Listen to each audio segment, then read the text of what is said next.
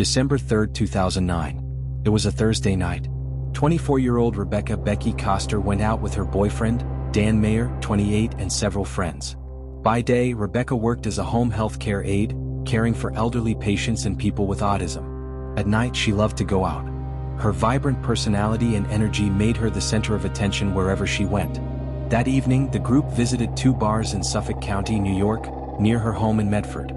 Their last stop was Butcher Boy's Bar and Grill in Holbrook. They stayed only briefly, leaving shortly after 3:20 a.m. Rebecca was dropped off at home around 3:30 a.m., where she lived with her mother, Barbara, and stepfather, Larry Ross.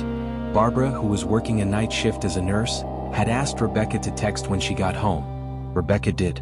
The next morning, Barbara returned to find Rebecca's car parked outside and her belongings inside, but Rebecca was gone.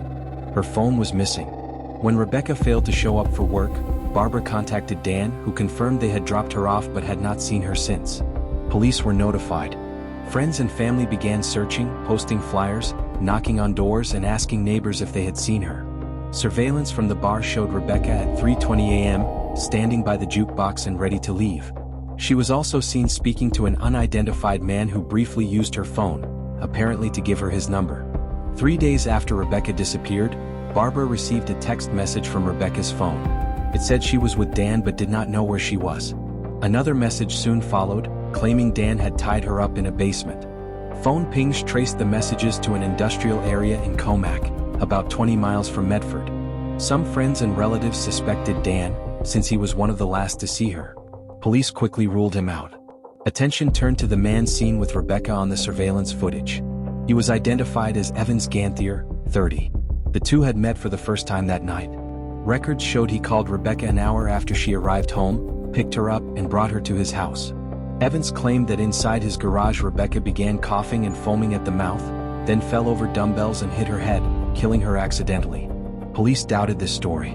A search of his SUV revealed blood, and his garage appeared to have been recently cleaned.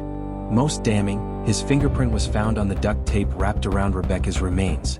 On December 4, 2009, a motorist discovered burned human remains in a field near Jeremy Hill Road and Route 201 in North Stonington, Connecticut, about 85 miles from Medford.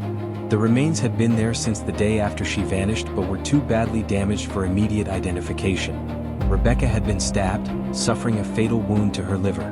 Her fingertips and toes were removed. Her face, nose, ears, and the tattoo on her back were cut away. Her body was dismembered and burned beyond recognition. Dental records confirmed the remains were hers. According to prosecutors, Evans murdered Rebecca, then mutilated her to prevent identification. He wrapped her remains in a blanket and plastic bags, transported them in his SUV onto a ferry from Port Jefferson to Connecticut, and left them in a remote field where he set them on fire. To further torment her loved ones, text messages were sent from her phone after her death, giving her family false hope that she was still alive. Evans Ganthier was convicted of second-degree murder.